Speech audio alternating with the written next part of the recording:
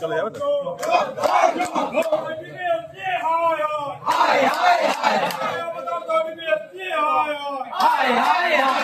জোর করে কর্মরত প্রাথমিক শিক্ষকদের একাংশকে 2 বছরের ডিএলএড কোর্স করানোর চেষ্টার অভিযোগ। আন্দোলনে প্রাথমিক শিক্ষকদের একাংশকে বিএড ও স্পেশাল ডিএলএড কোর্স করে প্রাথমিক শিক্ষকের চাকরি পাওয়া শিক্ষকদের এবার জোর করে ডিএলএড কোর্স করানোর চেষ্টার অভিযোগ উঠল বাঁকুড়া জেলা প্রাথমিক বিদ্যালয় সংসদের বিরুদ্ধে। এই অভিযোগকে সামনে রেখে অবিলম্বে সিদ্ধান্ত বদলের দাবি তুলে এবার বড়সড় বিক্ষোভে নামল প্রাথমিক শিক্ষকদের ওই অংশ। জেলা প্রাথমিক বিদ্যালয় সংসদের উপর চাপিয়ে দেওয়া এই নির্দেশ তারা কোনোভাবেই মানবেন না বলে স্পষ্ট জানিয়ে দিয়েছেন আন্দোলনকারী শিক্ষক শিক্ষিকারা।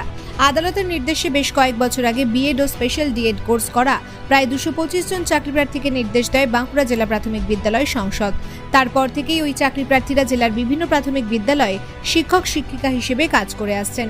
সম্প্রতি এই শিক্ষক শিক্ষিকাদের ডেকে দ্রুত 2 বছরের ডিএলএড কোর্স করার জন্য মৌখিক নির্দেশ দেয় বাঁকুড়া জেলা প্রাথমিক বিদ্যালয় সংসদ।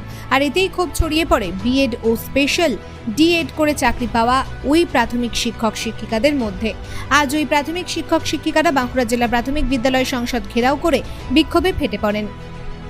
তাদের দাবি, আদালতের নির্দেশ অনুযায়ী স্পেশাল ডিএড ও বিএড করে চাকরি পাওয়া ওই শিক্ষক শিক্ষিকাদের শিক্ষাগত যোগ্যতা 2 বছরের ডিএলএড প্রশিক্ষণ নেওয়া শিক্ষকদের সমতুল্য।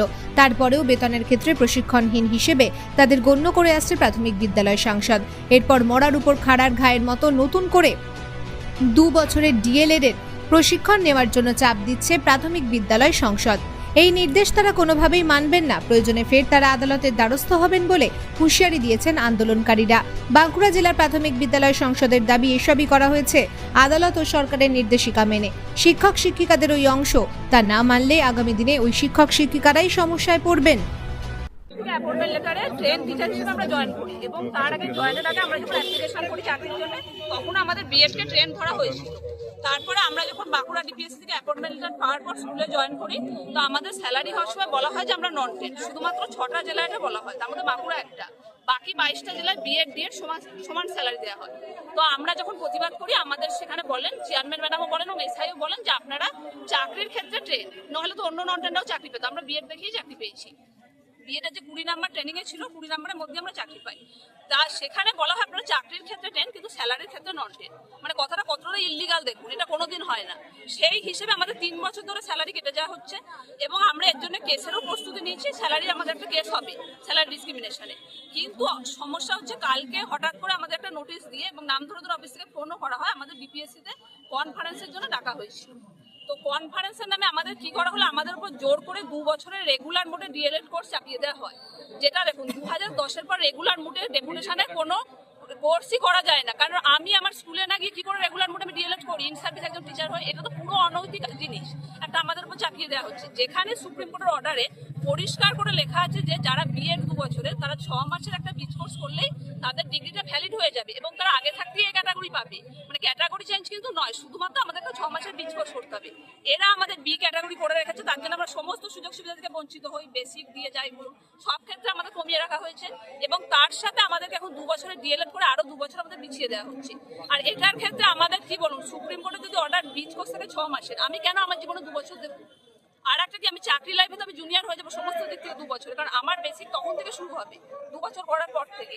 তো এইটা আমরা যখন ম্যাডামের সাথে কনফারেন্সে আলোচনা করতে গেছিলাম যে আমাদের বিচ কোর্সের ব্যবস্থা করুন, কি আমরা ডিএলএড করবো না, উনি পরিষ্কার বললেন উইলিং আনউইলিং এ সই করুন, আমরা আপনাদের সাথে কোনো আলোচনা রাজি নই। মানে আমাদের এখানে ডেকে এনে শুধুমাত্র আমাদের সঙ্গে প্রহসন ছাড়া আর কিছু করা হয়নি। এখানে উনি জোরপূর্বক চাপিয়ে দিয়েছে, কিন্তু আজ অব্দি কোনো জেলার কোনো অর্ডার নেই যে 2 বছরের ডিএলএড করার।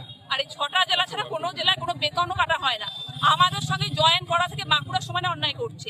এর আমরা শেষ দেখে ছাড়বো। আমরা বৃহত্তর আন্দোলনে নেমেছি, এরপর আমরা কোর্টের পথে যাবো, হাইকোর্ট থেকে সুপ্রিম কোর্ট। আমরা 2 বছরের ডিএলএড করছি না, কারণ আমরা পড়াতে চাই, আমরা স্কুলে পড়াতে চাই। 2 বছরের ডিএলএড করে আমি আমার ছাত্রদের ভবিষ্যৎ নষ্ট করবো না। আমি পড়াতে চাই, আমি 6 মাসের বিচ কোর্স করবো এবং বিচ কোর্স করে বিচারপতি মানতা স্যারের যে অর্ডার আছে আমরা সেটাই মানবো। আমরা ট্রেন টিচার, সেখানে ছিল বিএডরা ট্রেন এবং আমি ট্রেন টিচার হিসেবেই নিজেকে মনে করি। আমি মধুকৃষ্ণা চ্যাটার্জি, ওন্দার সার্কেল বাঁকুড়া। মধুকৃষ্ণা চ্যাটার্জি, কৃষ্ণা চ্যাটার্জি, ওন্দার। সেই মেমোটি ধরে আমাদের কনফারেন্সের জন্য ডাকা হয়। আমাদের ডাকার পরে ডিআই স্যার চেয়ারপারসন ম্যাডাম কিছু কথা বললেন, যদিও সে কথার সঙ্গে আমরা একমত নই। বিশেষ করে আমরা স্পেশাল এডুকেশনে যারা ডিপ্লোমা তাদের কথাই আমি বলতে পারি, বিএডও তাদের কথা বলবেন। এখন আমরা এনসিটির যে গাইডলাইন রয়েছে 2010-এর যে মিনিমাম এলিজিবিলিটি ক্রাইটেরিয়া, সেটা ফুলফিল করে আমরা চাকরি পেয়েছি। এমনকি এই চাকরিটা আমরা পেয়েছি কোর্টের নির্দেশে। হাইকোর্টে জাস্টিস অরিজিৎ ব্যানার্জি 2017 সালে 1 মার্চ একটা রায় দেন। সেই রায়ে উল্লেখ করা হয় ডিএড ইন স্পেশাল এডুকেশন যেহেতু এনসিটি গাইডলাইনে রয়েছে একটা মিনিমাম এলিজিবিলিটি ক্রাইটেরিয়া, যেমন রয়েছে ডিএড, ডিএলএড এবং বিএলএড 4 বছরের, সেরকম ডিএড ইন স্পেশাল এডুকেশন একটা মিনিমাম এলিজিবিলিটি ক্রাইটেরিয়া। সেই ক্রাইটেরিয়া আমরা ফুলফিল করেছি এবং উনি রায় পরিষ্কার বলে দেন এর সঙ্গে কখনো কোনো ডিসক্রিমিনেশন করা যাবে না এবং একে ডিএলএড এর তুলনায় ইনফিরিয়র ভাবা যাবে না। সেই সূত্রে আমরা চাকরি পাই এবং যেহেতু রায় হয়েছিল বাঁকুড়া জেলা কেন সমস্ত ডিপিএসসি আমাদেরকে ক্যাটাগরি স্যালারি দেয়, হঠাৎ করে আমাদেরকে ফেব্রুয়ারি মাসে একটা নোটিশ দেওয়া হয়। সেই সূত্রে আমাদের কাউকে নভেম্বর মাসে, কাউকে মার্চ মাসে, কাউকে এপ্রিল মাসে 23 সালে আমাদেরকে বি ক্যাটাগরিতে ফেলে দেওয়া হয়। আবার আমরা হাইকোর্টে যাই এবং একইভাবে বীরভূম ডিপিএসসিতে করা হয়েছিল, বীরভূম ডিপিএসসিও যায়। সেই অর্ডার ধরে আমাদেরকে সেই অর্ডারটা বীরভূম ডিপিএসসিতে স্টে করে যায় এবং জাস্টিস রাজশেখর মান্থা সেই অর্ডারটা দেখে অর্ডারটিকে বলেন impugned order has stayed from the date of memorandum, মানে যেদিন আমাদেরকে বিয়ের অর্ডার করা হয়েছিল সেদিন থেকে অর্ডারটির আর কোনো অস্তিত্ব নেই। এখন আমরা কোর্টের নির্দেশে একটা মিনিমাম এলিজিবিলিটি ক্রাইটেরিয়া ফুলফিল করে চাকরি করছি এবং এনসিটির গাইডলাইন সম্পূর্ণ মেনে একটা মিনিমাম এলিজিবিলিটি ক্রাইটেরিয়া ফুলফিল করে চাকরি করছি। এখন আপনারা বলুন যে একটা মিনিমাম এলিজিবিলিটি ক্রাইটেরিয়া ফুলফিল করলে আর একটা মিনিমাম এলিজিবিলিটি কি করে কেন করব? 4টা সেখানে অর দেওয়া আছে, DEd or DElEd or DEd in special education or BElEd, তাহলে তো করার প্রশ্ন হয় না। সবগুলো তো মিনিমাম এলিজিবিলিটি। এখন কি আপনাদের আবার 2 বছরে আলাদা করে কোর্স করানোর জন্য উইলিং আনউইলিং চাওয়া হচ্ছে? আমরা তো যে জায়গাটা পড়িনি আমরা সেটা করবো কি করে? আমরা তো উইলিং কোনো ক্ষেত্রেই পড়বো না, কারণ আমরা মিনিমাম এলিজিবিলিটি ক্রাইটেরিয়া ফুলফিল করেছি। আর স্টেটের নির্দেশই আছে মিনিমাম এলিজিবিলিটি ক্রাইটেরিয়া ফুলফিল করতে হবে 2014 এনসিটি রেগুলেশন অনুসারে এবং 2014 এনসিটি রেগুলেশন অর্থাৎ 2010-এর এনসিটি গ্যাজেট, সেখানে মাত্র 4টি ক্যাটাগরিকে ধরে রাখা হয়েছে এবং এই ক্যাটাগরিগুলি এখনো আছে। আমরা তার মধ্যে আপ টু ডেট আজ পর্যন্ত এই ট্রেনিংটা এখনো পর্যন্ত প্রাইমারির জন্য বৈধ এবং একটি মিনিমাম এলিজিবিলিটি। আপনারা তো আন্দোলনে নেমেছেন, এরপরও যদি জোর করে চাপিয়ে দেওয়ার চেষ্টা হয় কি করবেন? দেখুন, আমরা বৃহত্তর আন্দোলনে যাব। আমরা আগে তাদের কাছে মেমো চাইবো, ওনারা মেমো দিন, যেটা নিয়ম অনুসারে হয়। তারপর আমরা ভেবে দেখবো মেমোটা যদি আমাদেরকে এক্সক্লুড করা হয় তাহলে আমাদের কোনো প্রশ্ন নেই, যদি ইনক্লুড করা হয় আমাদের অলরেডি আপনাদেরকে জানিয়ে রাখি বি ক্যাটাগরি করার জন্য যে কেসটা চলছে তাতে আমরা আপিল করেছি আমাদের 6 মাসের কোর্স করার জন্য। এনসিটি এখনো আদৌ ঠিক করে উঠতে পারেনি আমাদের করাতে পারবে কিনা পারবে, কারণ বীরভূমে কেসে জাস্টিস আপনার নাম? আমার নাম সাতুর পাত্র। আন্দোলনে নেমেছেন কি বলবেন? এটা তাদের একটা সুযোগ দেওয়া হয়েছে, গভর্নমেন্ট একটা সুযোগ দিয়েছে।